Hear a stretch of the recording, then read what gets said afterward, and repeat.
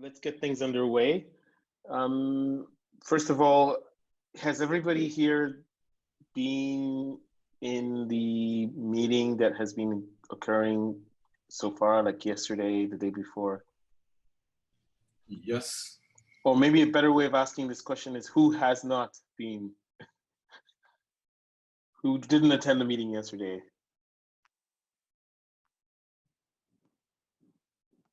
Okay, so if everybody, Mariana was not able to be around yesterday. Okay.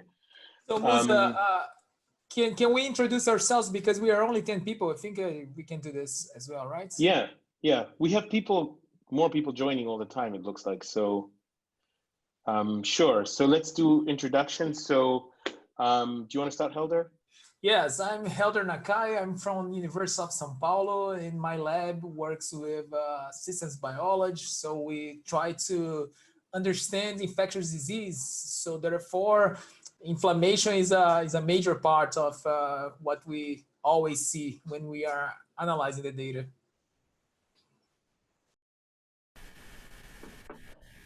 Helder, you want to say a little bit about, like, just maybe something about the HCA and what you see? Yes, HCA for me is like something that I always dreamed. It's like the reason why I did biology in the first place was because of the Human Genome Project.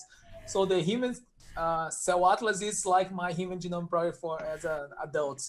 So I'm really glad to join and be part of this. And I hope you guys also enjoy, because it's very ambitious goal, but I think this is the state of the art of molecular biology. So I think that we have to make these connections between ourselves to be able to answer a lot of questions we cannot answer in the other way. Great. So I'll go next. My name is Musa Mhlanga. I'm a professor at the Radboud University Medical Center. My lab works on single cell epigenomics and biophysics, especially on gene regulation and inflammation. As it relates to the Human Cell Atlas, I have been working in the Human Cell Atlas since it started in 2016 at our kickoff meeting in London. I co-chair the equity group of the Human Cell Atlas with Alex Shalik and Partha Majumdar, and I'm also a member of the organizing committee of the Human Cell Atlas. It was really a pleasure for us to visit Brazil about a year ago, almost to the day, to do a roadshow.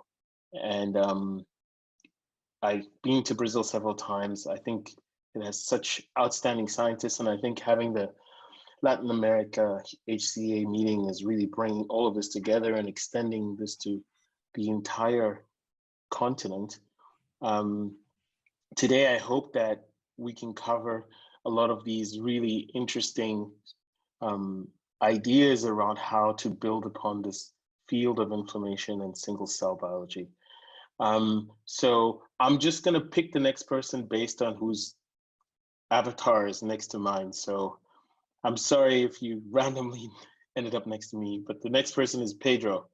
Pedro, maybe 30 seconds. All right, so I'm Pedro. I'm from University of Campinas.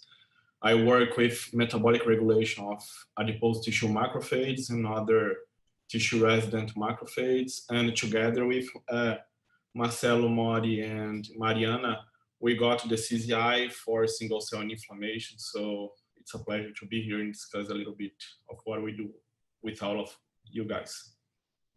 Congratulations, Pedro, and to your whole team. The next person I have is Luis. You want to go ahead, Luis? Yeah. Good morning, everyone. I'm Luis Leiria. I'm a professor at the University of São Paulo. And my main scientific interest is in the brown fat mediated thermogenesis and mechanism regulating thermogenesis and how brown fat connect with other organs through secretion of brown fat secreted factors, especially regarding the brown fat and liver crosstalk. And we are very interested in go more in depth in single cell sequencing of these metabolic organs. Yeah, especially brown fat and liver. Great, great. The next person I have is Sylvia. Yes, hello, good morning. I'm Silvia Sokoyan. I'm a physician scientist for the National Scientific and Technical Research Council from Argentina. And also it's a university-based institute. My main interest is in liver diseases, particularly in non-alcoholic fatty liver disease. I've been working in the field almost for 25 years, and my group is interested in understanding the disease pathogenesis. We don't have specifically the technology and infrastructure for single cell analysis, but we were doing many omics techniques, specifically based on tissue samples from our biobank. So we are very interested in having the chance to participate in these projects. Thank you. Welcome, Sylvia. Marcello? Good morning, everyone. I'm Marcelo Mori from the University of Campinas, and my main interests are the biology of aging. So, and I study aging in many aspects, but particularly I'm interested in the interface between metabolism and aging. And like Pedro mentioned, we got this grant from CZI to study adipose tissue macrophage. Adipose tissue is my favorite tissue, so we're interested in sorting out different subpopulations of macrophages in adipose tissue and how it connects to metabolic diseases. Great. Congratulations again, Marcelo. Next we have Mariana. Oh, by the way, please say, I know many people are from Brazil, but it was great that Sylvia's from Argentina. Please say which country you're from. Okay, well, hello everybody. I'm Mariana Massioni. I'm from Argentina. I am a professor of immunology in the National University Center of Argentina. I'm interested in type 1 interferon biology, in tumor immunology, and also in human conditions such as Down syndrome. And I'm really curious. We are not doing any single cell analysis or anything like that, but some of my students have done collaborations in the US and Europe, and I'm really interested, and I wish we could develop this area here, and so that's why I'm here. Great, thank you so much, Mariana. The next person I have is Jennifer.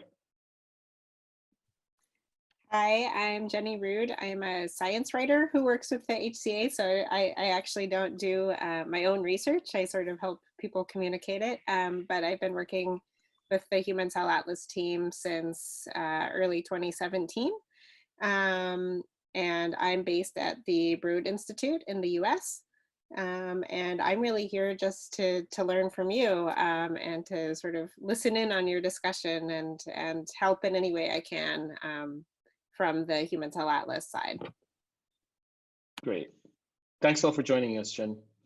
I think the next person I have is Camilla, but Camilla is a translator. Is that right, Camilla?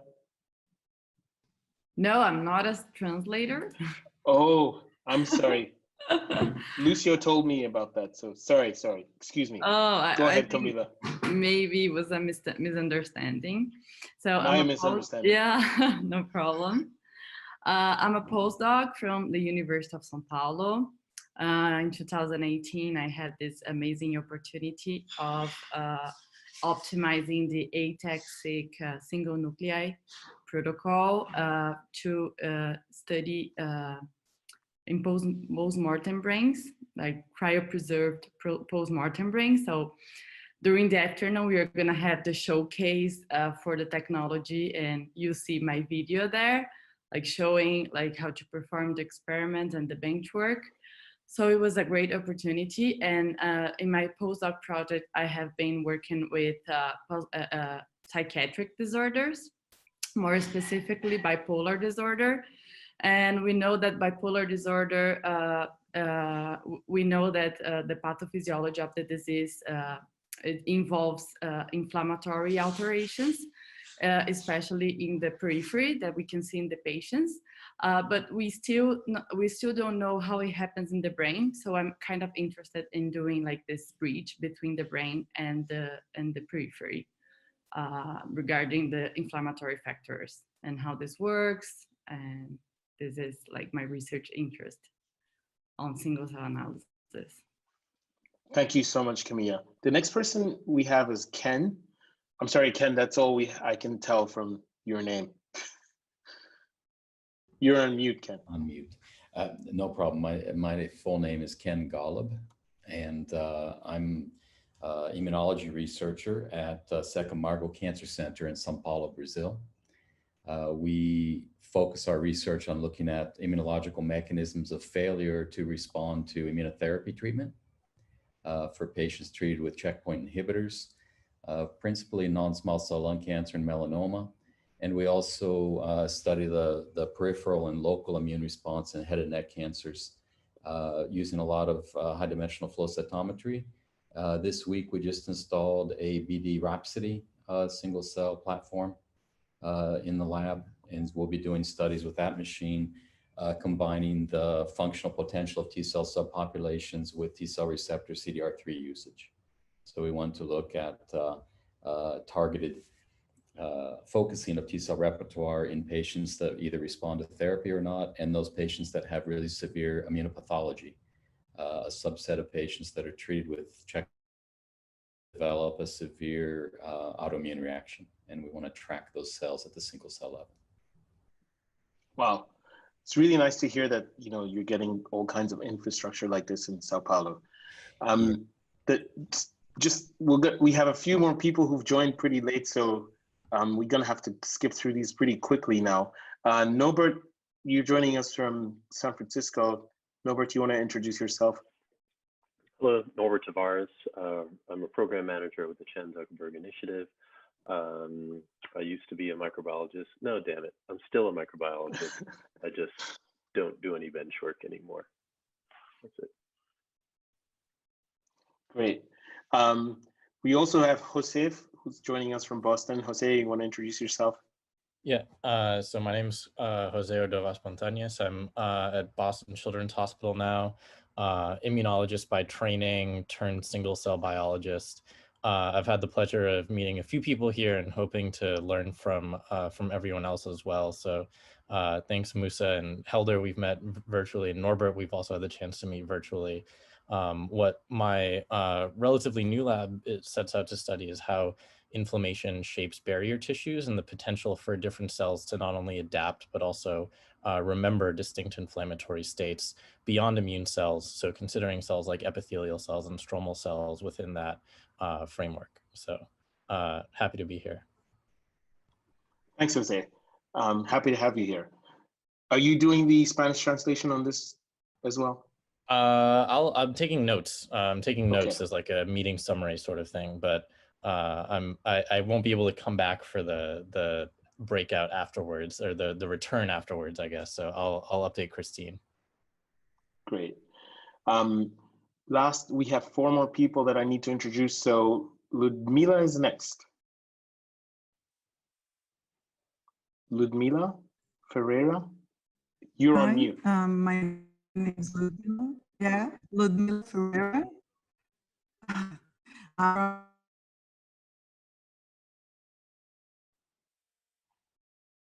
think we're having a bit of trouble hearing you, Ludmila. Let me just see. It seems that you're still on mute. Ludmila, maybe we'll come back to you. We'll go on to Elena. Can you hear me?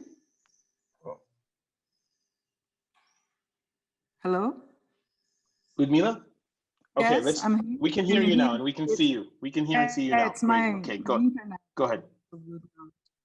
I'm from Belo Horizonte, Brazil. I'm from Federal University of Minas Gerais, and my lab research is related with cardiovascular disease, infectious disease like Chagas disease. And we also do a lot of system biology approach to integrate data from omics, all kinds of omics data. And I have been working with microRNAs since 2011.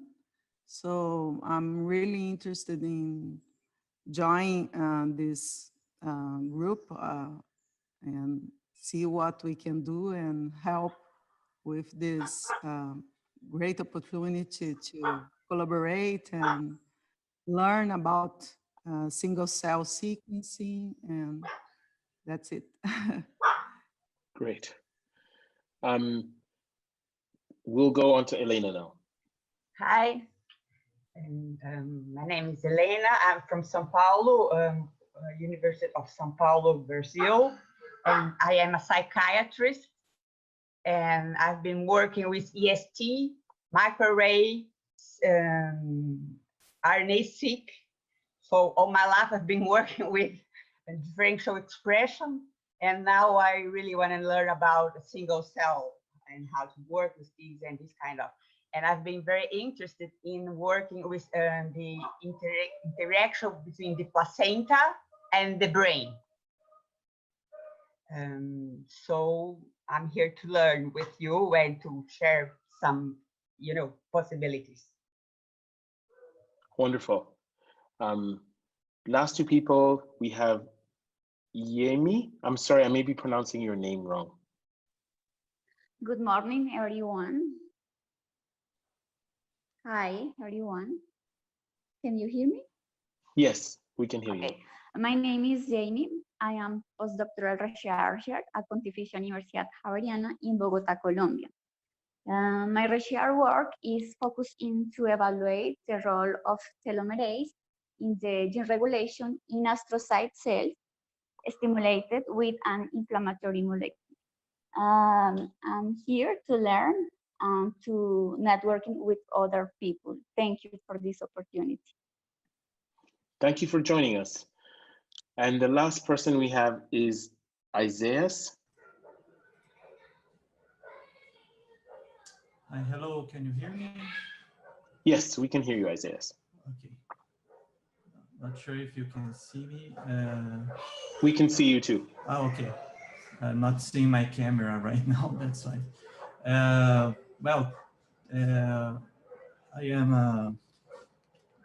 am a researcher in São Paulo. I know a few guys here in this room, and I recently worked with olfactory epithelium, and with this outbreak of coronavirus, I became really interested in start to look at single cells. There's a lot of stuff to be discovered, and I'm learning a lot. And recently, we had the chance to collaborate with physicians and get maybe access to human material. And that's why I believe I can learn a lot. And I was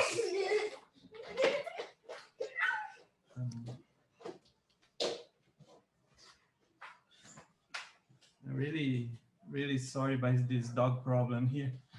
And don't worry about it. I was really thrilled with the single nuclei studies that we can use frozen material. So I'm here to learn and try to interact with researchers. Wonderful. Okay, well, it's really nice that we have people from different countries and different parts of Brazil. And I guess Brazil, since it's got such a large population, will probably dominate numerically anyway.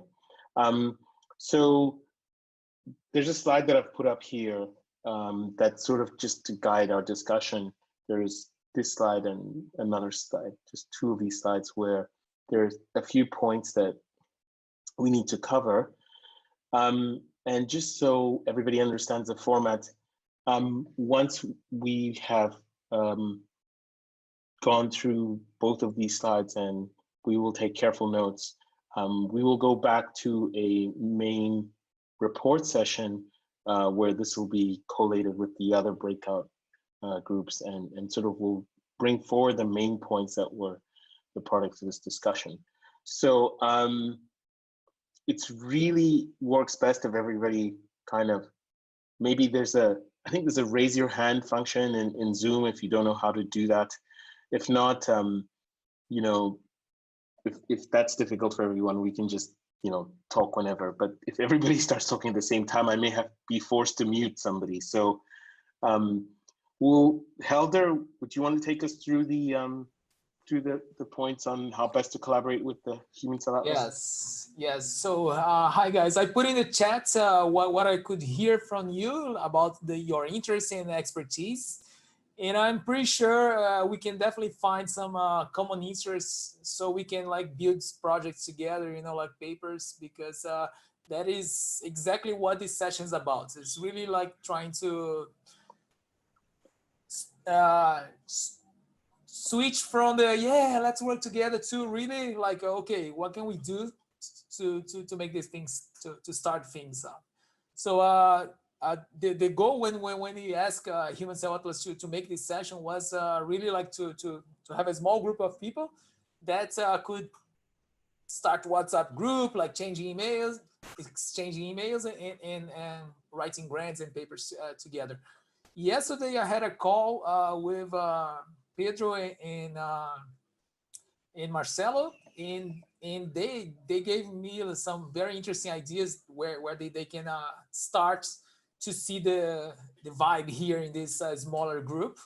And I would like to ask them to share the ideas. So if you guys think this is interesting, we can go further and include more people, and then in the report session we can say that we are willing to recruit more collaborators, because that could be a nice start. But that is only for like us to understand what kind of stuff we could do in the Human Cell Atlas context.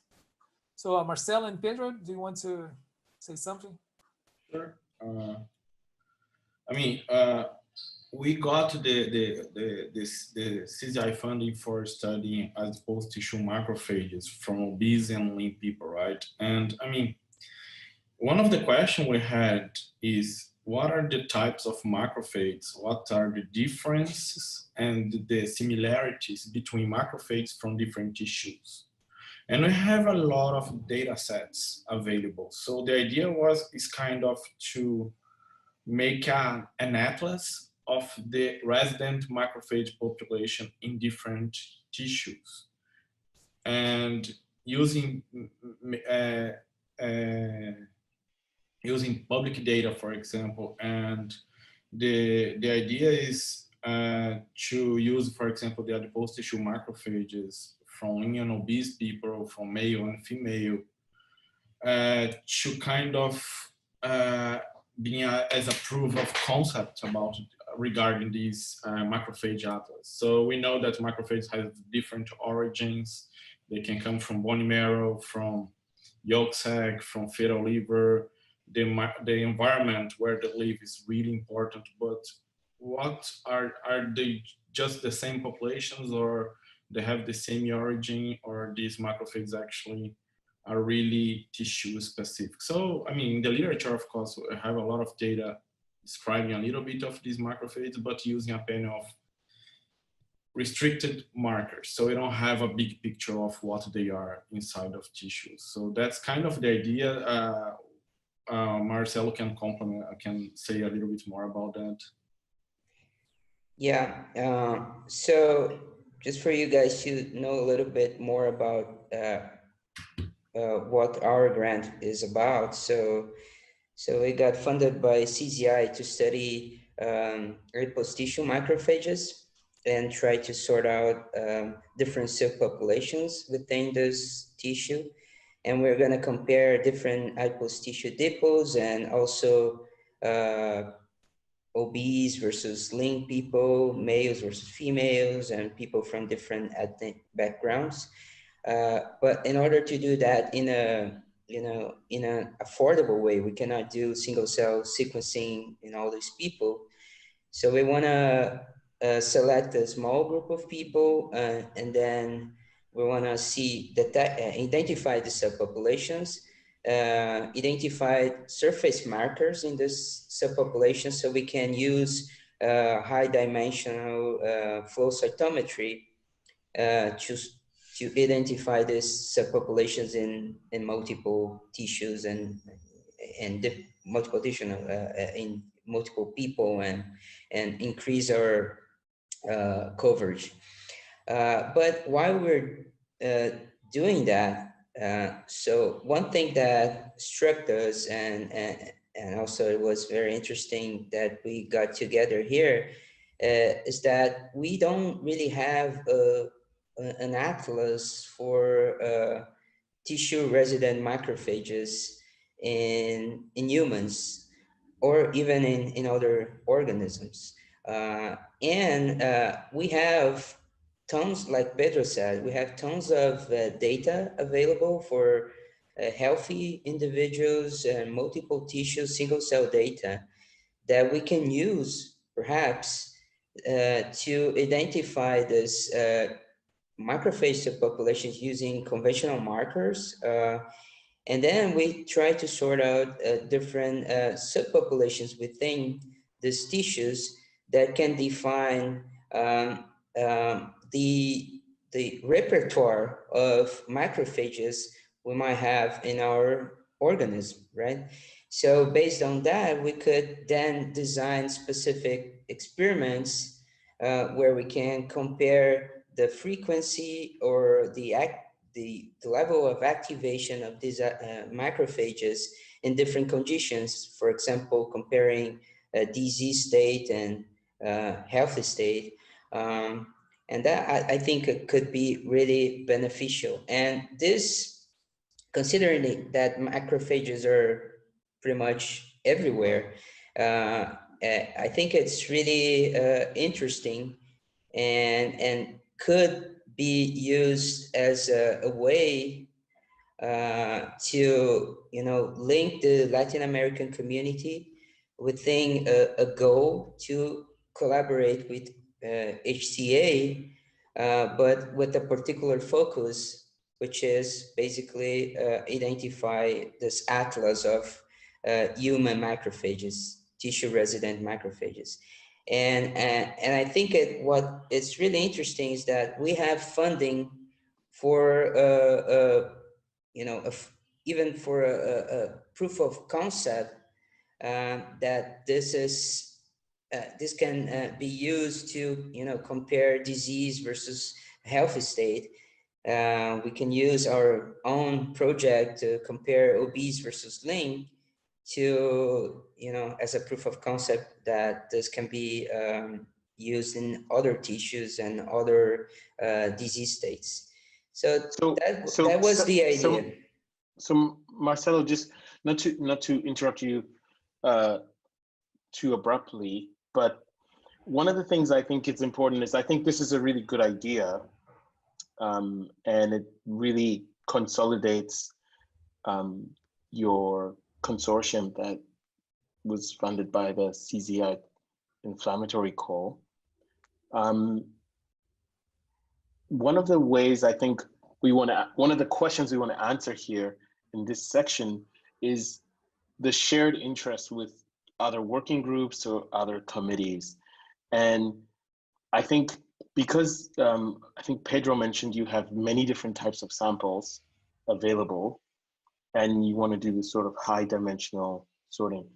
Do you have samples that are from other, let's call it, tissue atlases that could also contribute to this? And maybe that's a good way to sort of check off this first question we have here that's up on the screen about just sharing interest with other working committees, so we can also across inflammation into other areas really get synergy for these projects.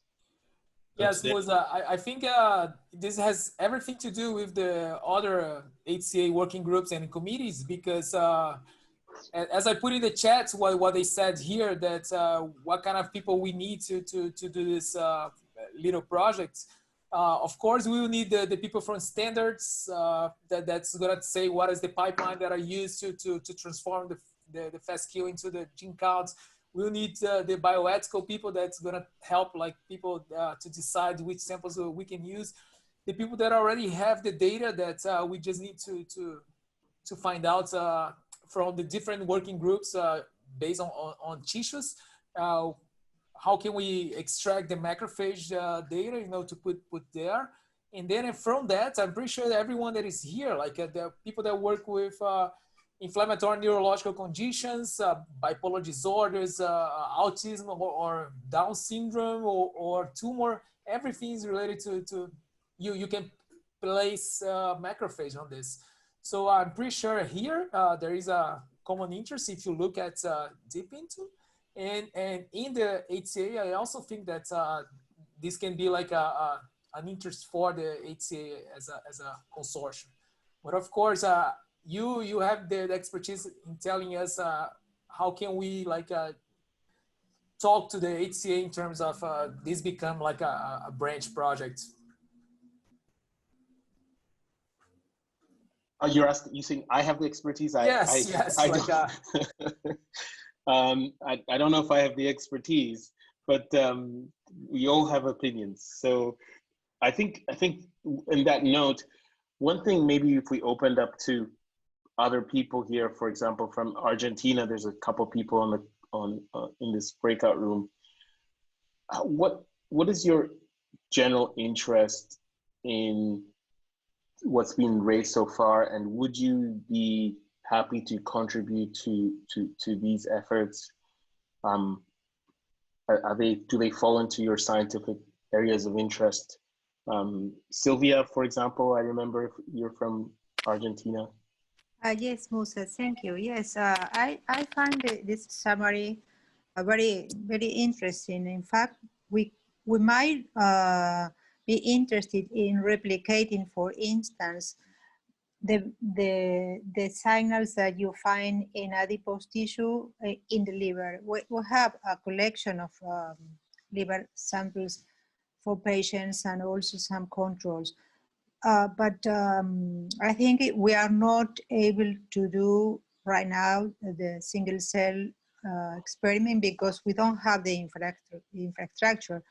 And I think there's, as far as I know, there's no place in public institutions in Argentina that have a facility running now. So we might join this initiative by replicating things that are already validated. That sounds very interesting idea because we don't need for these replication things fresh for it, and we can go to other collection of RNA or already isolated in the biobank and see what happened with this specific signal. So we can validate definitely if the liver diseases is match very with the main idea of macrophages leading the pathogenesis of metabolic diseases. So building upon that, I mean, obviously, again, I think liver is nice. 80% or so of the macrophages in the body are resident in the liver. Do we also want to think about other inflammation-driven diseases or healthy atlases that can be made from perhaps from tissues that are not necessarily primary inflammatory tissues? For example, Jose mentioned epithelial tissues or barrier tissues. There's also endothelial tissues like implicated in atherosclerosis, etc., where you have these types of chronic and low-grade inflammation. Within your group, are there interests in working with these tissues? Are there repositories of these samples available within your community here that you could introduce into this sort of a project?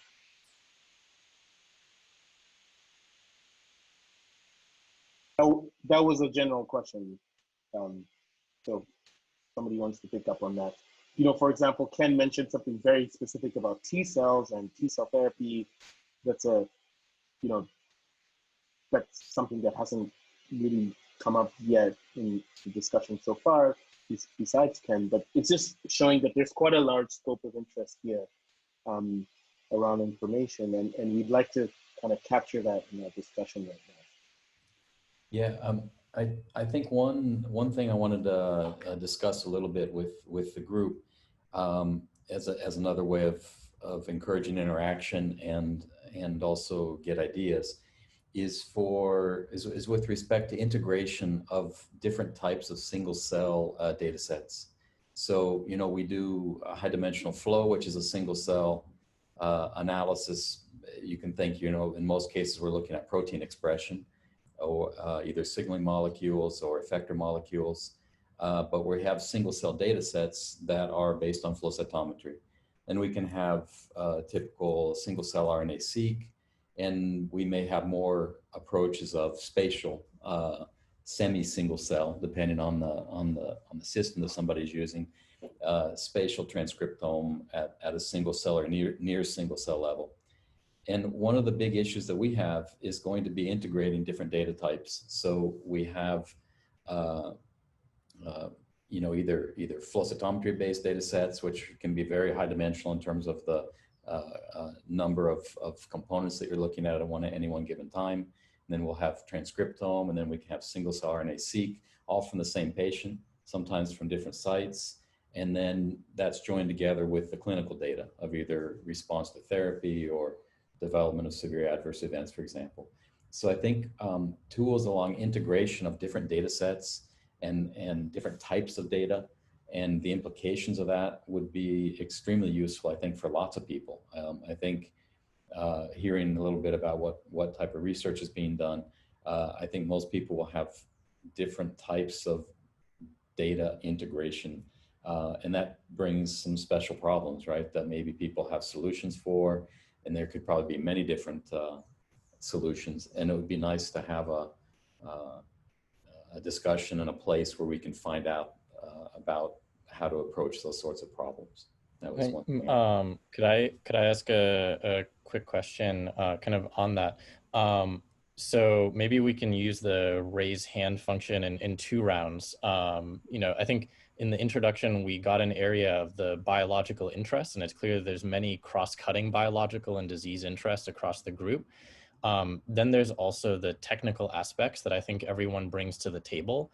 So maybe, and I would struggle myself to classify cleanly into one group or another, but maybe we could go around and just raise a hand on if we consider ourselves to be interested in more the generation of the data or the analysis of the data. So would people be considered data generators and their groups are interested in generating and contributing data? Or if people are interested in the analysis of existing data sets from the community, how to access them, and how to maybe analyze data that the generators could be interested in providing, fully understanding that some of us may live in both of those camps, but you know, maybe just to try to figure out where those interests and also bottlenecks lie. So maybe we can go with data generators first. So if people could raise their hands and we could get a sense of who's really interested in the data generation side or their group would be interested in leading efforts there. So you can just use the raise hand function under the participants.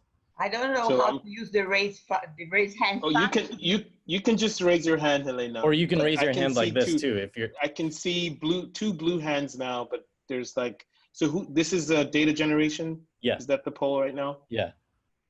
Okay, so we should probably count those. I need some time to count because 1, 2, 3, 4, 5, 6. Got 6 hands for data generation. Okay, and then Helder, did you note that?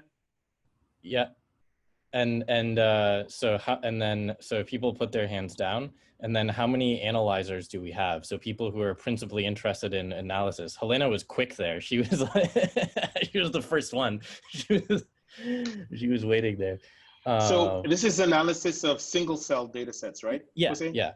Yeah, so if you have experience with that and you would like to be on that side, raise your hand. So we've Helder, we still have Elena, we have Marcello, that's 3. Ludmila, you put your hand down. You're on mute. I can't hear you. We can't hear you, Ludmila.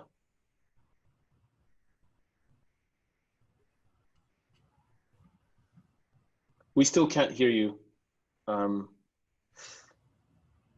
Maybe just type what you'd like to say in the chat, and we'll memorialize it there. Yeah. Anyway, the only thing, I think we're fairly evenly divided, I think, between the principal interests. But the reason why I wanted to try to ask that was just because of some of the themes that I think I heard in especially the latter sessions in yesterday, in yesterday's discussion and presentations of really some, you know, fantastic analytical efforts. But maybe from the folks that are more on the analysis side, if you know, I or others could learn what are some of the challenges that you're currently facing in either accessing or interpreting single cell data. What are some of the things that you wish would accompany those data sets in order for you to be able to work more effectively with them? So, you know, our group is currently, and Norbert is aware of some of these efforts. You know, our group is currently working on putting together data release and also kind of preprint that accompanies some larger efforts surrounding COVID-19 and profiling of nasopharyngeal swabs, et cetera. And, you know, we've kind of been working internally within our own group to figure out, okay, if I were then a user of this data, what is everything that I would want to know about it? So maybe for those folks who are more pulling data from public resources, you know, what are things where you're like, man, I wish that was, you know, present with the data, or how could I work better with it?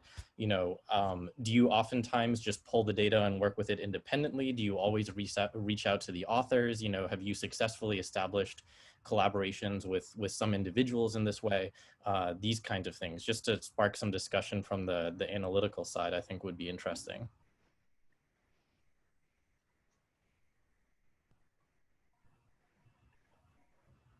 Okay, so maybe what we can do, just to follow up on your question, Jose, is there's the second page of these slides. There's data sharing. Okay. Part that I've just thrown up there, and or I'm trying to throw up there. And anyway, and yeah, you can see there's ethics, goal setting, and data sharing. So maybe we can come back to that. People can think about what Jose just asked, and we can discuss that when we talk about data sharing. Got it. Can I kind of get a sense of what the regional interests and characteristics that are maybe unique to the Latin American community? Now, these may be the same ones that exist in other communities, but it's just good for us to be able to register them in this kind of a setting. It seems like, you know, Ken has raised the one of treating different types of small cell lung carcinomas, etc. That's one research interest that evidently is in Brazil and people have. What are some of the other interests and maybe characteristics that are very regional that any of you would like to raise here? So they could be specific to certain diseases, certain atlases that you think would be unique from a community like yours.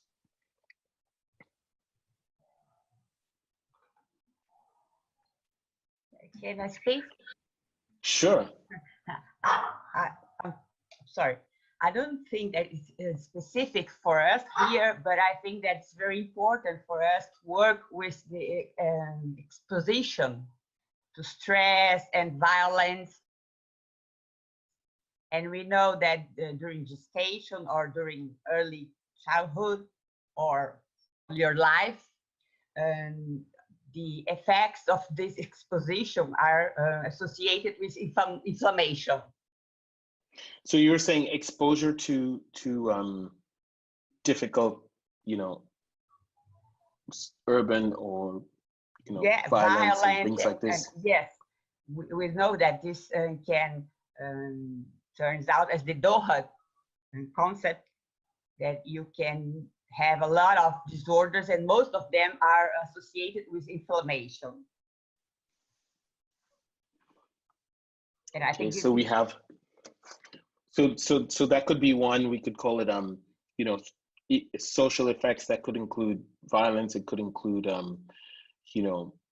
difficult urban living conditions, maybe in poor housing or things like this.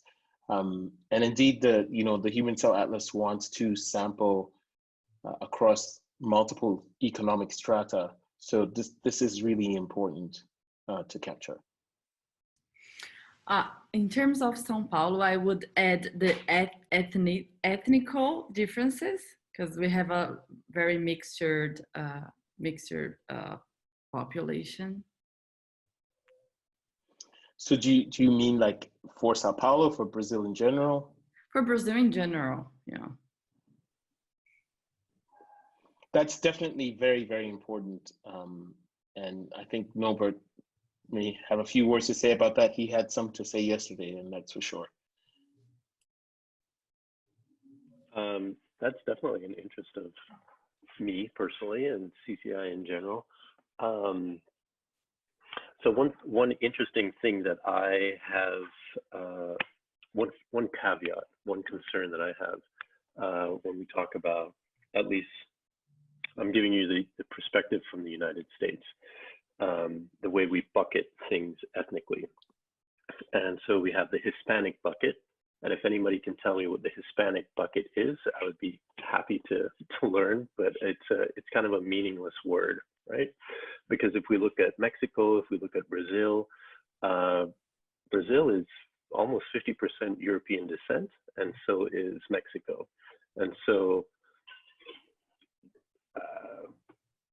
that category of Hispanic then really means European. It doesn't actually cover native individuals or Afro Latinos. So I would guard against, let's survey the ethnic group in Latin America, and then we just come back with, say, Argentina is almost 90% European descent. And so we have the Hispanic, we've touched Hispanic, but we haven't actually touched Hispanic. So if we're going to talk about ethnic variety in Latin America, we have to actually mean ethnic, various ethnic populations, and not just Europeans that happen to speak Spanish or Portuguese.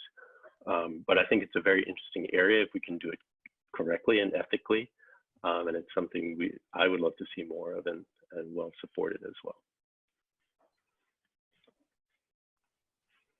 I also really like the idea of social stresses. So there's a group at Howard, there's a couple groups in the United States that look at the epigenetic changes that happen to mainly African Americans with result to stress and chronic violence.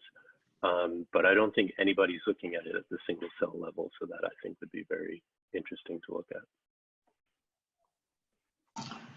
I don't know if it's the appropriate moment to say, but hi everyone. I'm working with viral infections like dengue, Zika, also here in Brazil, São Paulo. Né? So I have interest to move. We have already fundings for generate data, but initially I would work with bulk RNA sequence, but now with this opportunity to join you, I will change for single cell, and also here work with Elder together. Né? So I hope I can also contribute. So I think we've had two really, really interesting points. The first one's brought up by Norbert around being able to capture at a more granular level the ethnic diversity of Latin America. I think that's basically the stratifications have to be sort of come along with the data. Otherwise we can, the curation of the data can give us kind of false information because of the origin of the Latin American people is so diverse, right? And you know, there's large components that are from Europe or from our native or indigenous or from Africa. So there's that aspect. There's also, I think, a new one that's been introduced by Otavio, which is what I would call neglected tropical diseases. So Zika, dengue, leishmania, chikungunya, you know, infectious disease samples from people, and these are highly inflammatory diseases, would be, I think, a more or less unique regional interest. And it's also I think it's also catalyzed by the fact that some of these diseases like leishmania are starting to emerge in other parts of the world. And so the atlases that are created in Brazil could be very useful well outside the South American continent. Luis, you had something to say? Yeah, no, I think this is a really nice point that you guys brought. We work with metabolic disease, and we know that the ethnics has a huge influence on the outcomes for different populations, different ethnical origins.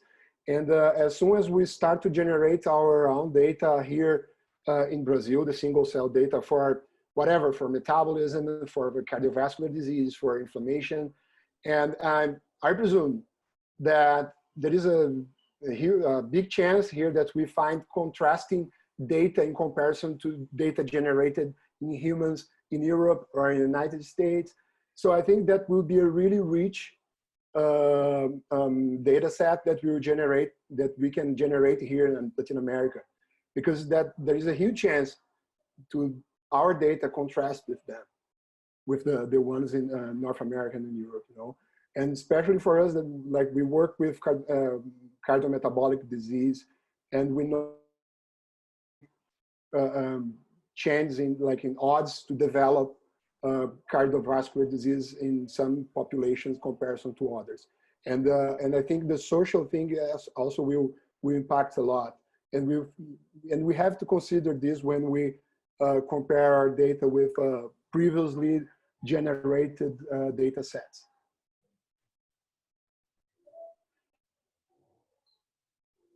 One of the issues with this kind of, when you start to sample across socioeconomic status, you know, the way you have to control in those samples is not that straightforward, right? It's a whole new dimensions of sampling that needs to be done and needs to be very carefully controlled, and you know, some of these studies can be quite difficult to do because of there are many conflations in the data. So it's just something to consider quite carefully when doing this sort of when incorporating the socioeconomic and violence factors that have been brought up, which I think are very, very important. It's just we have to construct those in a way I think that most of us as scientists are not really used to doing. Marcelo?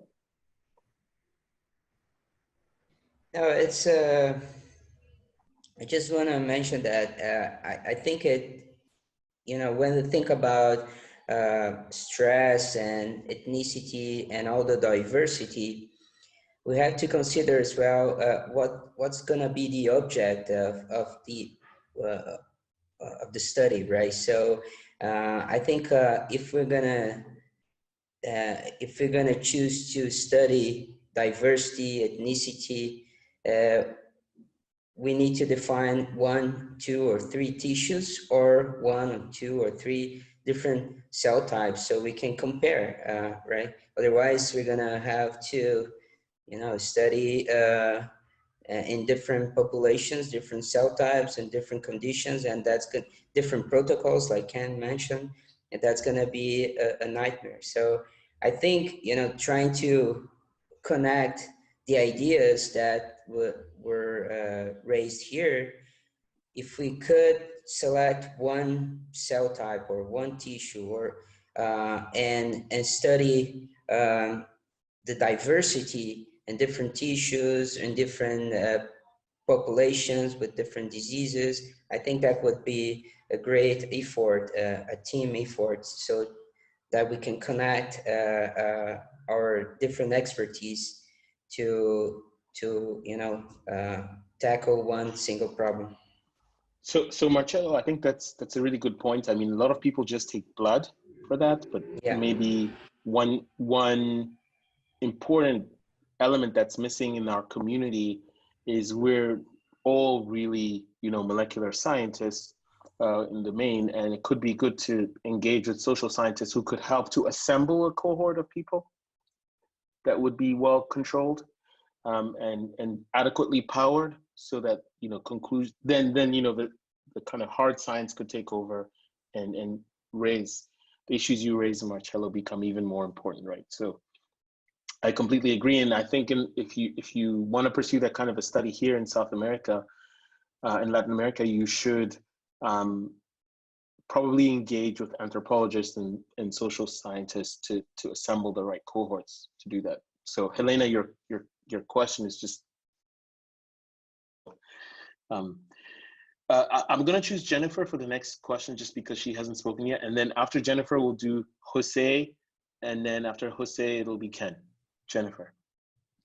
Yeah, I just wanted to say to Marcelo's point about, picking a few organs or a few tissues to focus on for this sort of cross comparison, looking at these factors, it would be, while we're on the topic of, how to collaborate with the HCA, there is actually many of our biological network working groups for the immune system, say, or for various tissues throughout the body. We also have a working group that's specifically focused on genetic diversity. And as Musa said, they're mainly looking at, PBMCs in the blood.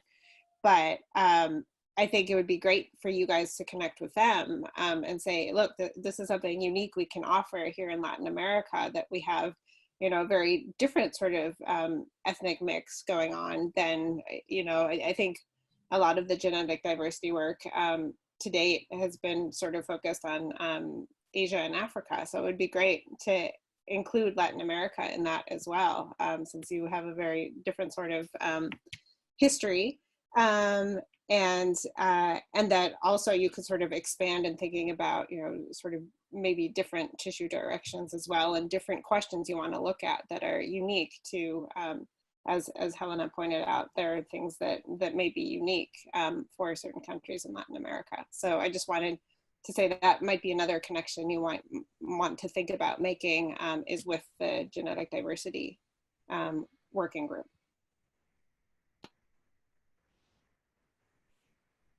Great. So I'll follow up. So to kind of, play off of one of the points, and I think one of the strengths of the potential that exists in Latin America, of course, is to understand these so-called neglected tropical diseases that have plagued that area, and that we up here, up until maybe more recently, have only learned really through textbooks or kind of reading things, although some of them have started to infiltrate further into other countries. But I was wondering, almost flipping that around, there's a variety of different diseases that are associated with that more traditional westernized lifestyle that have really set on and are fully ingrained in certain societies that might be the main generators of single cell data currently.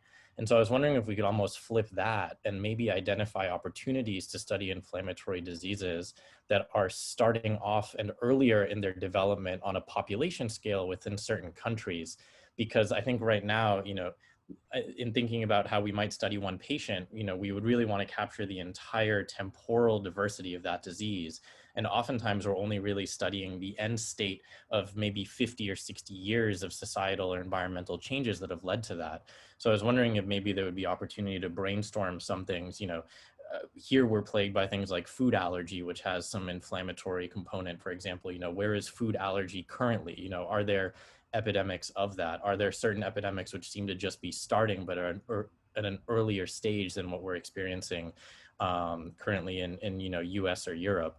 So kind of thinking about some of those elements.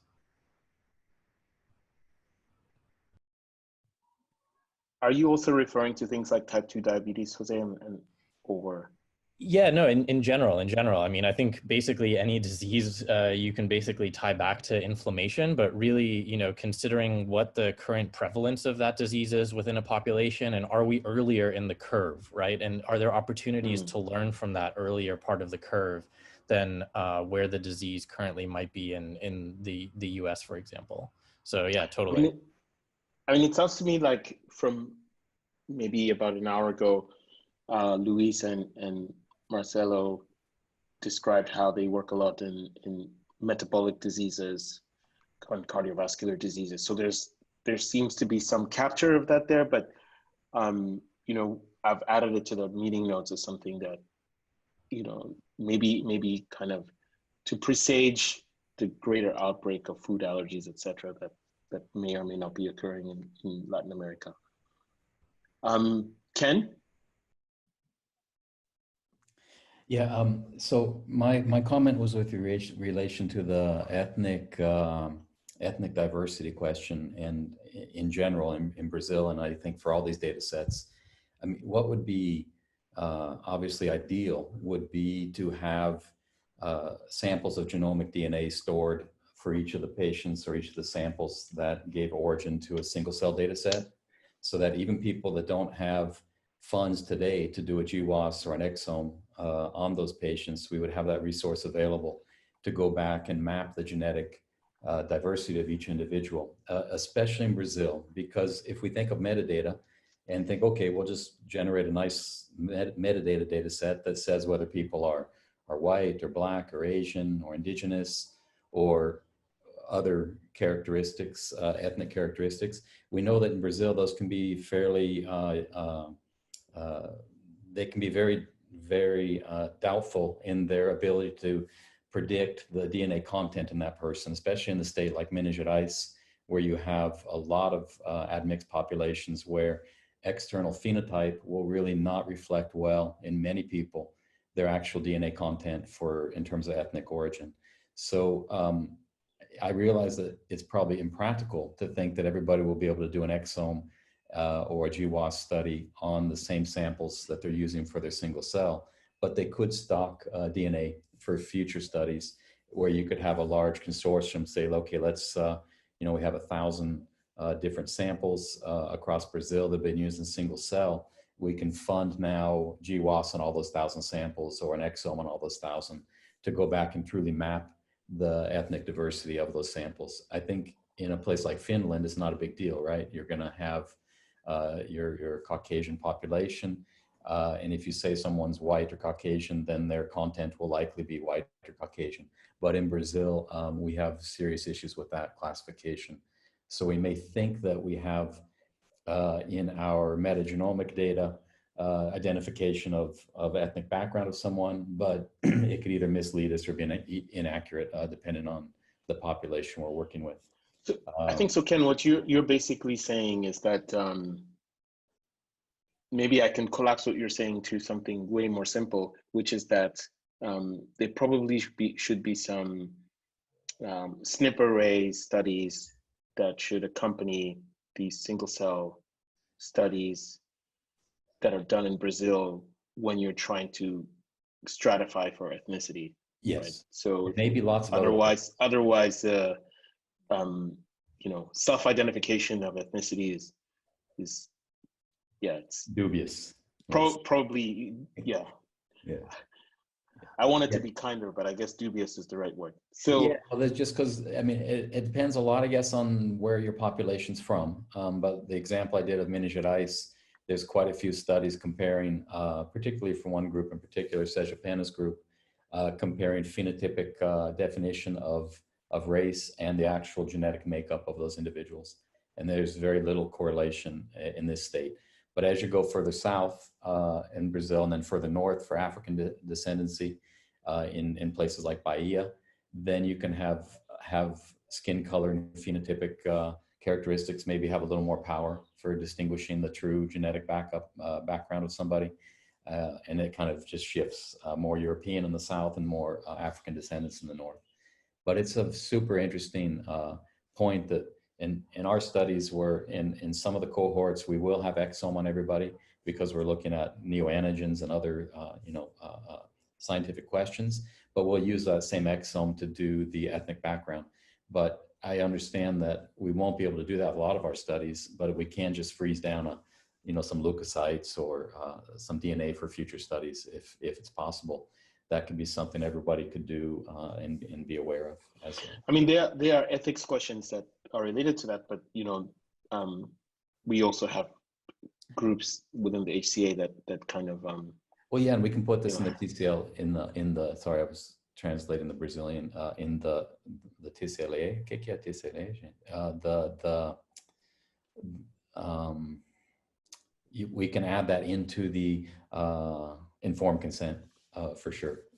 Okay. Yeah, that the person who's donating the blood agrees for use of their DNA for these purposes.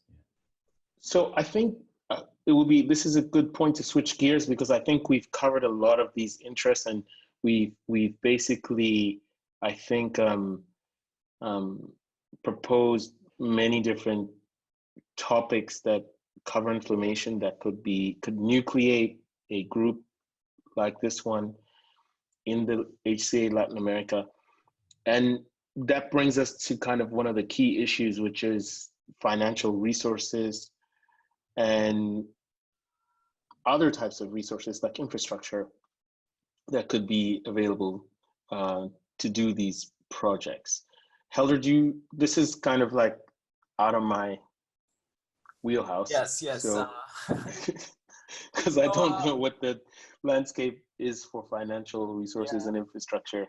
Well, I think that the landscape is basically the same, right? It's always hard to get the grants, but of course, most of the people that I know that are here are very successful in getting the grants. So, but of course, you may probably not have grants toward single cell experiments, but I think that's how grant funding works. Is like you do some work there, and then you have enough preliminary data to ask for more grants. So we do have FAPESP, and FAPESP, which is the major funding agency in Brazil, and most of people from Brazil here are from São Paulo. So, and I know that they are very much interested in funding single cell stuff. So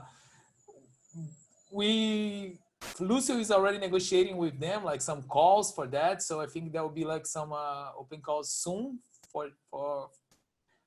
from Brazil. And I'm already collaborating with some people in Argentina, for example, when they have grants, they want to apply from grants there or NIH. So what I think that this breakup session would be because everyone here is already experiencing in getting grants, is just finding what can we propose, right? And we can get the samples from this group, we can get the analysis from this other group, and then we can make a. I mean, are your constraints?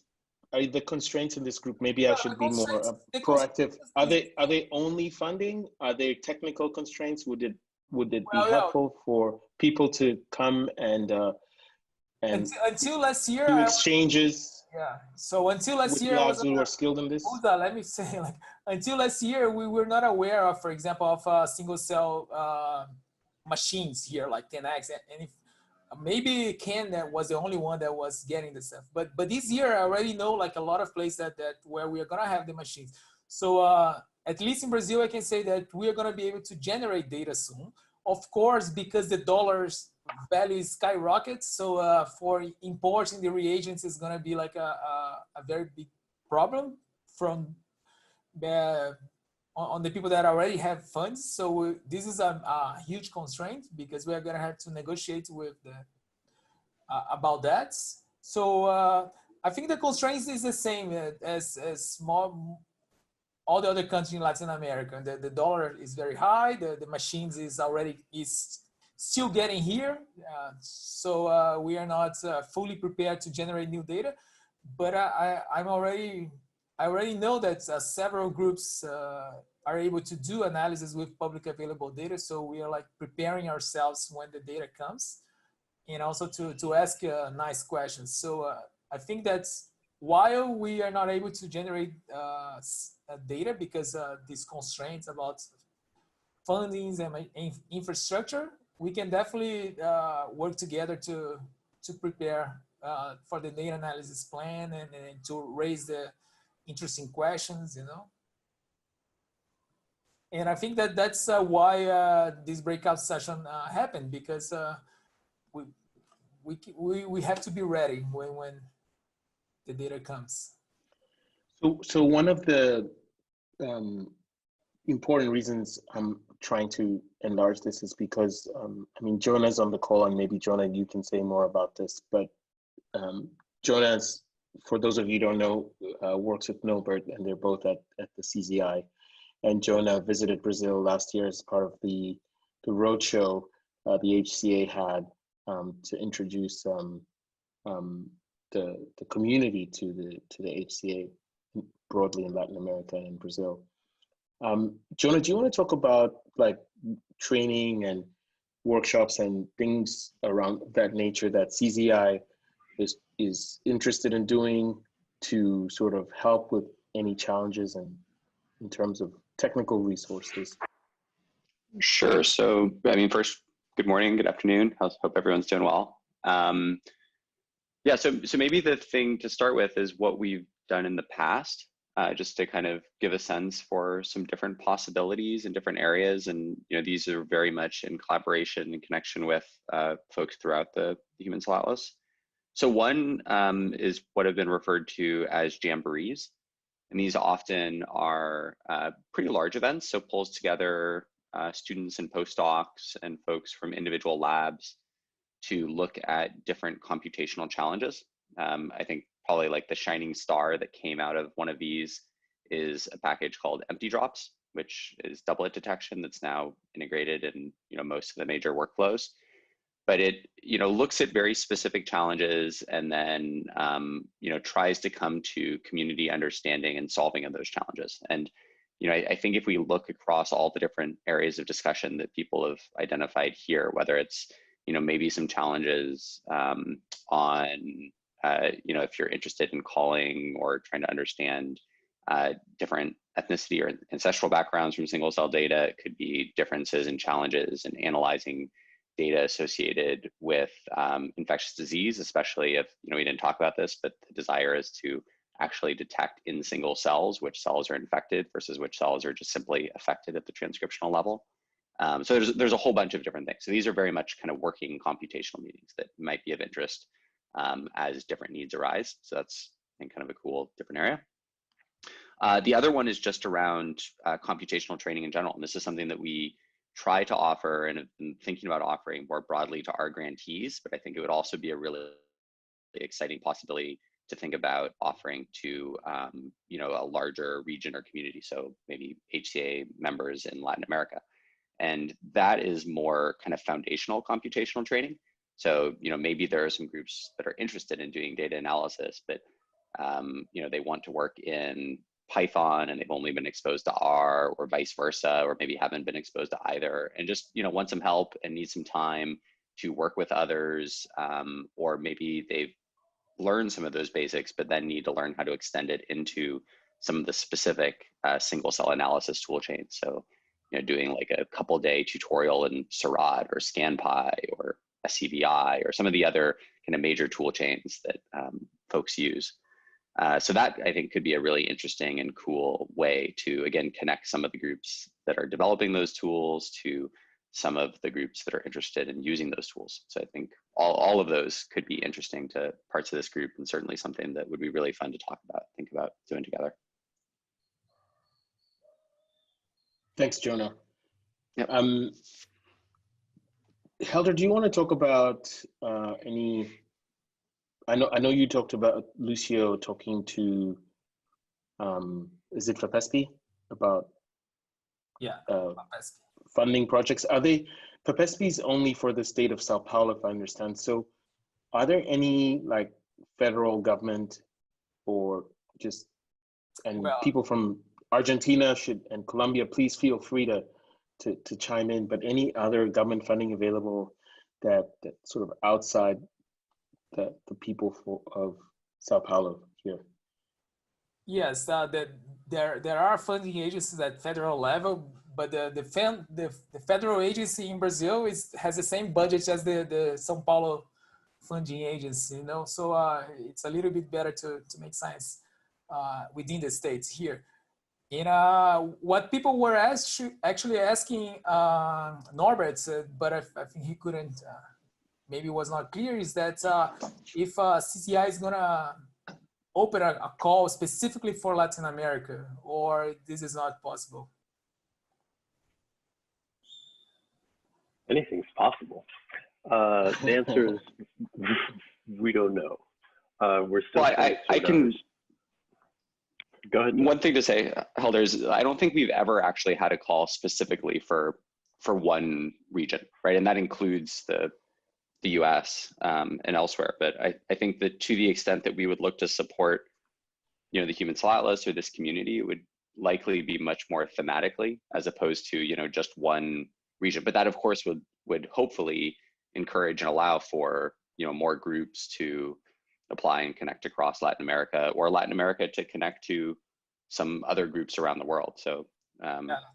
I don't know. I mean, I'd be curious I'm not talking about the competitor, okay? But the Gates Foundation do have some calls specifically to regions where they associate with funding agencies that so each one pays a little bit of the grants, you know. So I was just people were actually wondering if CZI would do some joints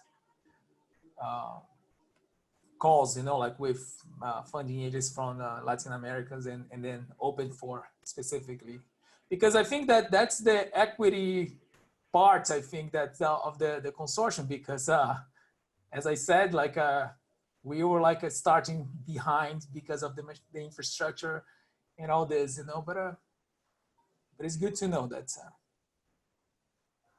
Yeah, I mean, I think Norbert was right that, you know, anything is possible, and certainly partnerships are really important. But yeah, I guess I'd be curious to hear from you whether the hope would be to have specific funding just for Latin America, or if the more helpful mechanisms would be ones in which scientists throughout Latin America can connect more broadly with, you know, other folks, right? Like, yeah, is there one that would be more or less helpful in your mind? Maybe all of the above are helpful, but. Maybe I'll say something real quick about that. The Medical Research Council, OMRC, in the UK has a Newton Fund mechanism, and I've had one of those grants. They're large grants, 5 years, and that format where you have partner in a developed country and another, so you have two PIs. You have a PI in the developing country and a PI in the developed country, but each one has their own budget, and they're robust budgets. So that's key. The problem with some of the partnership studies or grant design is that the partner in the developed country gets large funds and the partner in the developing country gets a very small budget. That's not so helpful. The more, especially under today's financial situation and the way the real is in other countries in Latin America. So partnership grants are really good when both parties can have a robust budget. I think that's kind of the point I would bring up. And so MRC Newton Fund is a really good model to look at. And the NIH also has the NIH, which I've had one of these as well, the NIH R01s for international infectious diseases. Those are directly given to the investigator in the developing country, but it's all developing countries based on their classification by the World Bank. So those are two good examples of ways you can help with funding directly to people outside of developed countries. I think that you're probably aware of those, but just in case, those are nice models, I think. Okay, thank you so much for those suggestions, and I think the Newton Fund is something that perhaps CZI and other HCA-related funding agencies should consider. We in the equity group have been trying to boost capacity in many different ways. And we think these partnerships between labs in the way that you just described can be very catalytic in many ways. Because I think I'm just want to do a show of hands, like Helder was saying before. Everybody's waiting for the opportunity to generate data, but just as a little show of hands, how many of you here have generated single cell data in your labs? So Camila, that was just, okay. So Camila raised her hand and Ken raised his hand. Yeah. I generated, but it was optimization. It was not like a large data set. Yeah. So, you know, and this isn't to say that I don't think people can learn how to do this and do it well, but it's also a learning curve that's associated with this. And so I think some of the mechanisms that Ken described can collapse the time of that learning curve. And, you know, we always learn faster by copying, always. We even pass exams by copying. So depending on who you are. So, you know, I think that just maybe, as Norbert said, everything is possible. Maybe these kind of things are possible too. And I don't think a seed network, by the way, substitutes for this. I think what Ken is describing is I've seen these Newton funding projects before in South Africa, and they're really powerful in their ability to transfer knowledge and to be catalytic because the funding is so stable for such a long time. I'm going to switch over to the next slide because we've got about 20 minutes or so. So a discussion like this can't be had without talking a little bit about ethics. Who would like to raise some points about ethics? We've had a couple so far, but who would like to raise some points around this?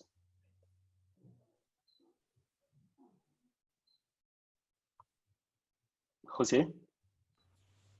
I think, and you and I, Musa, have discussed some of these things, and I think they echo also the equity in terms of funding mechanisms and how to really make sure that both sides are equitably supported. But one thing that really strikes me and is, I think, really important is to be respectful of all of the scientists and all of the effort that goes into generating the data, assembling clinical cohorts, et cetera. So to make sure that any partnerships that exist in terms of sample sharing and also credit for all aspects of the work don't fit the mold of groups coming in, taking samples, and analyzing it, and then taking majority credit, for example, on publications. And so it really should be a equitable partnership throughout the entire process, both in terms of generation of ideas, the acquisition of funding, practical experimentation and analysis, and then also putting together the manuscript, because I think we all know of very many examples where that model falls apart at various stages. And that's something that I particularly care a lot about, and I want to make sure that if I enter into any types of collaborative partnerships with anyone here or others, that I'm making sure that I'm constantly reminding myself of those aspects in terms of how to best move science forward. Yeah, that's very important. I mean, I think what you're bringing up there is this idea that there's a lot of exploitation of countries like Brazil and other Latin American countries where they're just sort of used to harvest samples, essentially. This is really counter to the thinking of the HCA.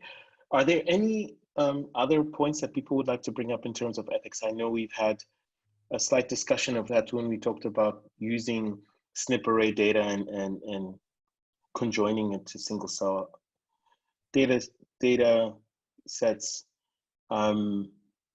In terms of tissue collection, I don't know what the regulations are in Brazil or in Argentina, Colombia, around the shipping of DNA and the data transfer of DNA? What are the guidelines for that?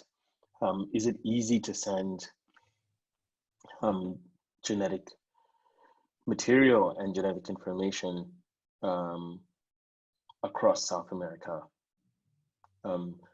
Because one of the thoughts has been to set up a main center to bring infrastructure in Latin America into a more hub model, so that, for example, Argentina doesn't have to build all the infrastructure that's present in Sao Paulo from scratch. They can collaborate more directly and have kind of local hubs of excellence that can really work regionally. But then the question is raised, well, can you even ship that sample from Buenos Aires to Sao Paulo legally, right? Are there major ethics violations involved in doing that? Is the data fully exchangeable? I think these are important questions that your community, and with the help of the HCA, of course, should work with and grapple with ahead of time before they become a reality. Because I think many of you have mentioned that you do have large tissue repositories, and I think you're very willing to generate data and make them available and make those data available. But the ethical framework for the transmission of those samples and the transmission of that data is something the community, I think, should do some work on and establishing. Well, I think that the ethical issues, again, like all the researchers that are here that I know, follow the international standards for ethics. So you have to get approved so you can deal with human samples, you know, so there is always the consent issues. But let me follow up on what Jose said, and I completely agree, you know, like, of course, you have to be ethical in like using someone else's data to publish it, and not giving the proper credits, you know, and that's, I think, it's a problem that is above HCA or any other thing. It's an ethical problem the same way we have issues with authorships, you know, everyone has plenty of examples of that, people that do not should be there. It's same thing with people using the data, you know, of course, there is always gonna be some people that are gonna use data without giving the proper credits, but I don't think that's a Latin America problem. I think that's a problem in anywhere. Like I can cite many other countries that do that. So I think that's if the data is published in a paper, and the reason why the journals ask them to put the raw data there is for them to be used, right? So, but of course, if the data is in the consortium, it's not published, and someone else is using, of course, they have to get authorization and do all these procedures that are that they had to sign up.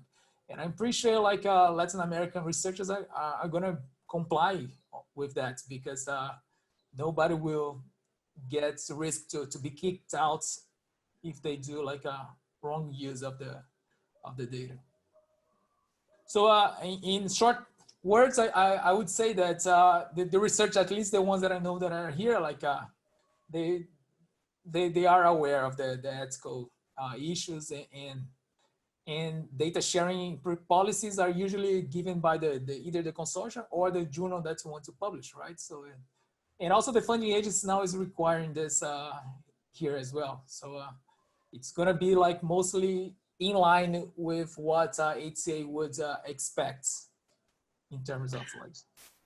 So, I mean, I think that's a nice segue into data sharing. And I think it's good that we have Jose here, because during this COVID-19 pandemic, Jose has been doing a lot of work on single cell sequencing in COVID-19 patients. And, you know, outside the framework of a funding agency, outside the framework of, let's call it regulatory authorities, he's had to face some pretty challenging data sharing ideas. And maybe a little bit of a case study here from Jose is important. And then we'll do, I think, Luis, you wanted to say something? Just to add one point to what Elder just said, FAPESP, FAPESP is requesting now a plan for data sharing, and you are requested to do that, and the reviewer will evaluate your capacity to will evaluate your plan. So actually, we are being encouraged to share and to, of course, to show the plan to share. So that's really an important and requested thing here, required. So thanks for that contribution, Luis. Jose, do you want to tell us the data sharing story around your recent work on COVID-19, and just to underline some of the challenges, some of the successes, and how it helped to move our understanding of COVID-19 forward? Yeah, and I'll tie it into actually what Bartha and Operator that UNESCO basically came out and said that it is a human right to not only benefit from scientific advances, which clearly we need to do better at, but it's also a human right to share in that process of discovery. And I think that using that as an underlying principle for how collaborative efforts around HCA, I don't think necessarily we will solve everything as Helder outlined, but I think that, really providing a different way of doing science and working together with funders who also appreciate those complexities and the different pressures that exist on scientists, but allowing us to do what we really want to do. And so, to provide some context to what Musa said, we became really interested early on in the COVID pandemic, having worked in the nasal epithelium and in the upper airway in non-viral diseases. And so we had some data sets and collaborations with others that were basically sitting on large amounts of unpublished data, but that we could mine to understand, what cells might be the potential target. I thought that was something that was very important to get out into the community. However, there you have to, of course, respect the fact that these were projects that took 3 or 4 years to laboriously collect this data from human cohorts, from non-human primate cohorts. And by basically throwing it out there in the open, now all of a sudden, that initial question, those initial hypotheses that PhD student or postdoc and PI had worked so hard to do might be completely, lost in terms of their ability to then say, this is a novel data set that I'm publishing, right? However, hand in hand, you have this global pandemic, and here we're talking late February, where maybe some of us didn't just appreciate how global it would be. And how do you balance that kind of credit, authorship, primacy, novelty question in science with fundamental challenges that are facing society, right? And the best way of doing that is, of course, to share data, and especially human data, as openly as possible. But in order to do that better, I think we need to align a variety of different aspects, both in terms of how we attribute, scientific credit, and also how funding mechanisms happen, so on and so forth. But I've been really, pleased to be a part of an effort together with CZI, Jonah, and Norbert, and others, to support people precisely to do that, to generate data in advance of publication to be able to share it broadly. And so, thinking about mechanisms like that, especially during a pandemic, but considering the fact that we've been dealing with inflammatory and metabolic diseases that are at pandemic proportion. So why don't we also apply that type of thinking and the new lessons that we've learned to those diseases? So, I've been really inspired by some of those changes, but I think, as with everyone here, I would like to see that change take hold even more rapidly. Right. So I think that's a really nice vignette about data sharing, and just again to provoke some ways of thinking around how data should be shared. You could wind back a couple of years ago to Brazil during the yellow fever outbreak, or during the most recent Zika outbreak, and think about how data sharing during that time, especially of data sets that people may have been sitting on for many years, could have been used. I think that's really important to bear in mind. Go ahead, Helder. No, actually, when you mentioned Zika, and Jose was talking about this terrible things, it's exactly what happened here in the epidemics of Zika, because we are actually not data sharing, we're like sample sharing. So like we're like, oh my God, it's our patients, we're doing like our research, but then someone make a collaboration with someone else and give the data and then the samples, and then that's over. Like all the PhD work and everything, you know, like, and I fully agree with you, Jose, like that. But that what I was saying is that I think it's more about the minority that make bad use of samples or data than a community issue, right? Like I think we all should be like aware of that. But you're right, we had to discuss this. So that was kind of just something to seed discussion. I'm pretty sure we're not going to get any data sharing regulations, and GDPR for South America is not coming out of that discussion today. So we can move on to goal setting in these last 15 minutes. And I think this is quite important, because I think we've had a really, really well-organized and, you know, catalyzing meeting over these last 2 days. It's important to set some goals of how we, as a community in Latin America, would like to move forward in terms of goals. And, you know, I think we started off with Luis and Marcelo and Pedro articulating some immediate interests and goals, building upon what they have just had funded from their CZI grant. And are there ways that other groups outside of your grant can collaborate with you to consolidate this? Are there other immediate interests that are parallel to the ones you raised? So maybe we should deal with that bullet point first.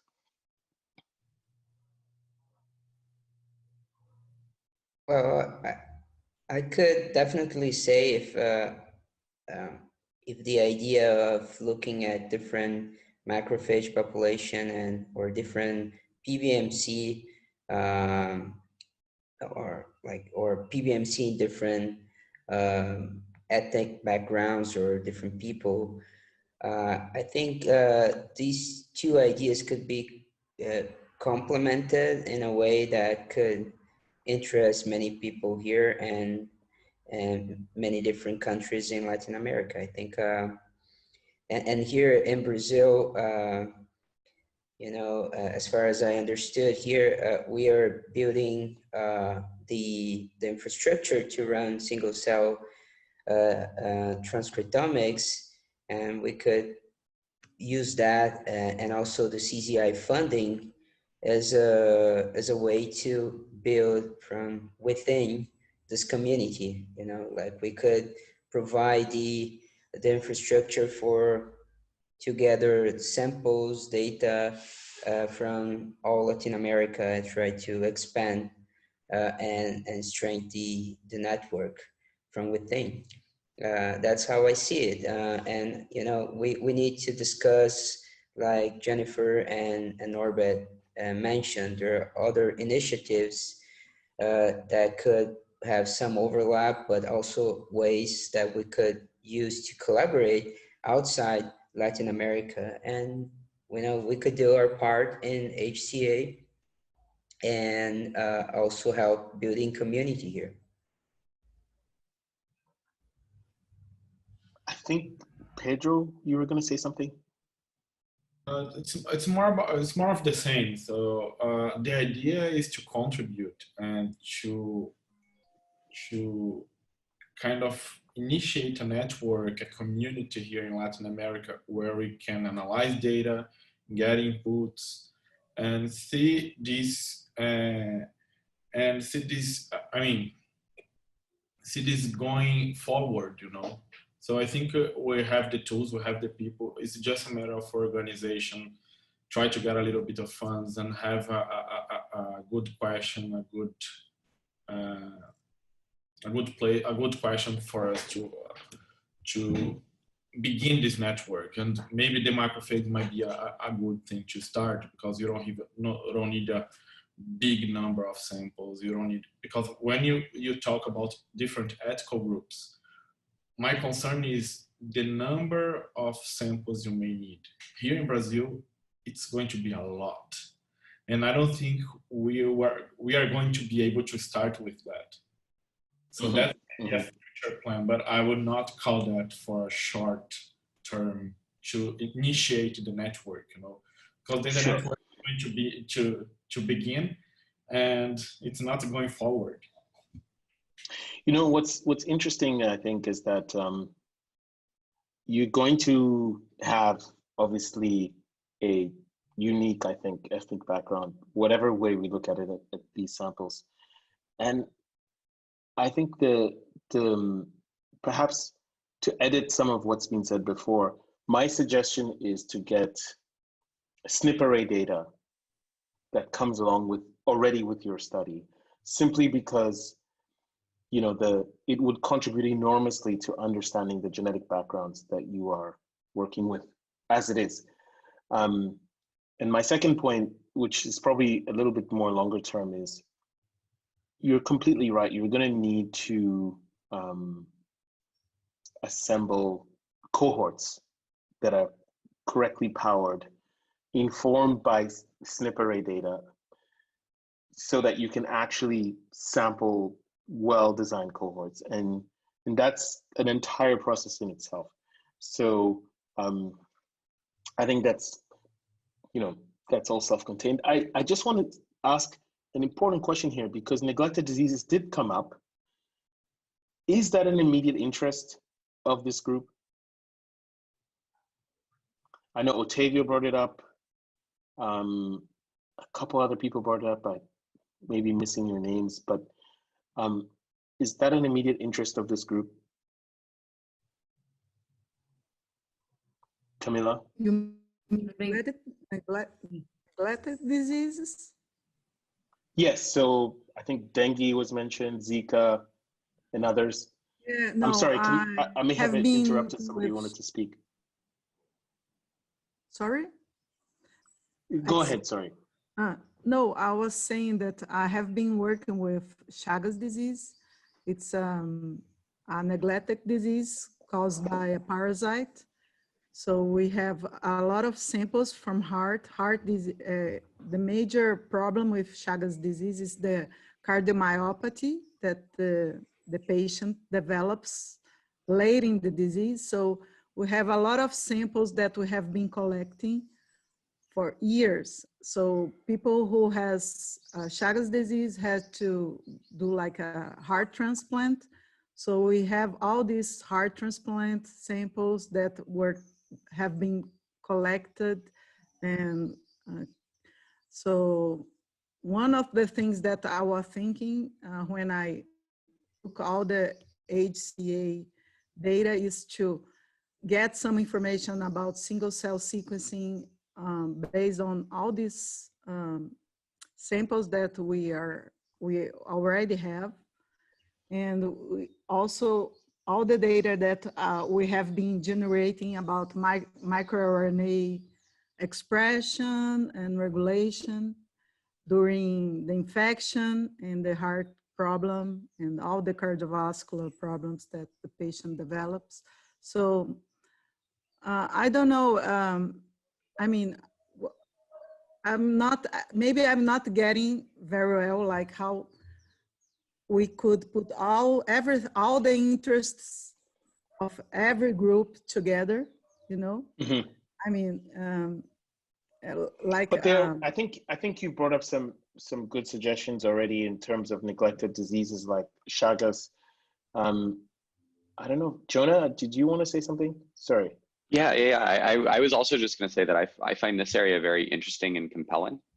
And, you know, maybe I think the work for the group is that if that is one of those areas that is, you know, a superpower of Latin America, to start to think a little bit about like, what are the big barriers, right? So I could imagine for different parasites, you know, there has been some work to think about the technologies and what needs to be adapted and optimized within those technologies to either study, you know, certain organ systems that may be underrepresented or may need to have, you know, more regional or local contributions to the atlases that would be important for understanding, for example, susceptibility to some of these diseases, but then also maybe to start thinking about the technology improvements for what's going to be required to actually, if you want to study not only the reaction in the host, but then also the parasite itself. And I think there's been, very, very early work, but interesting work on how different parasitic life cycles evolve and can be captured and understood. So I don't know, it seems like there's a lot there. I'm rambling a little bit here, but simply kind of a nice thumbs up. And this seems like a very interesting area that this group has a lot of expertise and would probably have a lot of contributions. So it's a cool area. So that's great, John. I'm pretty sure like people here have access to samples like cardiomyocytes and brains from people that had microcephaly and Zika, you know. So I'm pretty sure it's going to be like very exciting tissues to look at single cell level. I have a practical question actually. Just very quickly, Helder, the other thing that I think is really important to consider there is making sure that there are the right references in the normal atlas for those data sets. Oh, good point. So it's kind of a two-part question, and that's where I think it gets really intriguing. Is of course you want to ask the questions about the disease, but my guess would be that if you went to then use the reference atlas as your control, if you will, there'd be some deficiencies, there'd be some things that need to be improved, and that could be a great contribution. You know, whatever those are. You're right. Well, usually I'm pretty sure the researcher we're gonna get some control samples from the same country, right? Because of the ethnicity, you know, this. But you're right. Like trying to have more references is always better as a control. So I have actually a practical question, Musa. How can we go forward after today? For example, how can we really like get in the emails and start like building something that will become? Yes. So I think, please can you each put your emails into the chat so Helder can register them in the notes we've been taking for this call. We've also recorded your direct interest. So maybe if you add your email, just add your, let's call it your immediate interest to this. We just want to answer one last question about how you think the HCA Latin America looks like in a year, 2 years, 5 years, 10 years from now. We'd really like to answer that question before we close out. So we have like 2 or 3 minutes to answer that. And we will take all the notes that we've taken from the discussion that we've had over the last 90 minutes back to the organizers of this meeting. And then the local HCA steering committee will then have this information and will probably be reaching out to many of you to be able to work more in these areas. So can we just do like 2-3 minutes? What do people think HCA Latin America looks like in a year from now? Are we seeing more countries? Are we seeing a common project? Are we seeing another group of investigators like Pedro and Luis and Marcelo getting another type of grant? What's the thinking over the next 1 to 5 year horizon on that? Anybody?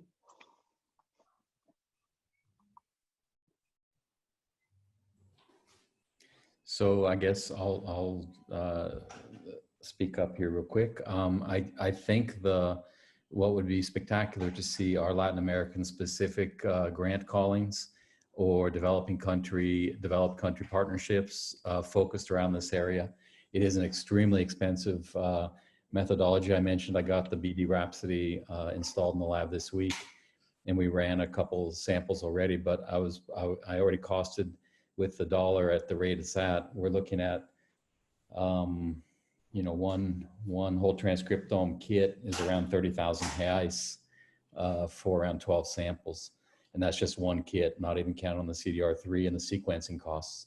So grants that can fund our research here and give us a little better competitive chance of winning grants are really welcome. So I would hope that the Latin America community would have more access to funds, and we'll have a good, strong database with relevant protocols online and data online and all that kind of stuff. Great, that's a nice vision to have. Any others that people would like to contribute? Or what they'd like to see 1 to 5 years? Maybe I'll call on somebody from Argentina, Sylvia. Yes, the main thing that I can say is here in Latin American, we have brain. The only machine that is available is brain and ideas. We agree that funding and money cost is the only limitation. But as you can see, we survive to all of this because we are active scientists. But I think it is a good start. We can put priorities in what all has been said. And for instance, keeping this group active with ideas, let us know where calls for funding are active, or new funding calls are coming in the next years is a good idea for us.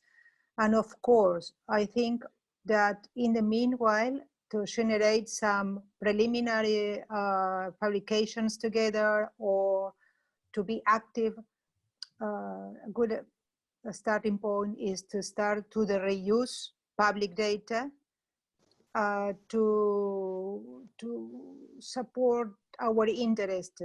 This is the way we can start. And in the meanwhile, perhaps show small groups that can share specific interests can also share technology. I think it's something that we need to digest to see how to improve our grants, but this is something that we cannot do easily because if there's no money, we can do anything. So this is something really, really important. Perhaps we can also be in touch with some group from Europe, because the European Commission is also often very open to add Latin American scientists to their consortium. But again, we do need infrastructure. So sometimes we need a lot of money to be active in this. But still, I think it's a good, very good starting point. Thank you, Musa, and thank you, everyone. Thank you, everybody, for attending. We're going to have to close it now. It's really been our pleasure from the HCA, and also I think Helder can say it's been his pleasure from the HCA Brazil. You want to say a few words to close out, Helder? Well, no, actually, I'm really happy that you guys stay until here, and I guarantee you that we are gonna follow up on that. Okay, it's not gonna be like just like filling up the time and then blah blah blah. We're definitely gonna do something together, and I'm gonna follow up with the email. So I'll see you there in the report, and thank you so much, Musa, for helping moderating this session. It's my pleasure, Helder, and you know I'm always here to help out with HCA Latin America, and I love being down there, and if there was no COVID, I'd be there for sure. Thank you, everybody. I'm gonna end our meeting now, and it's really been a pleasure to see you all.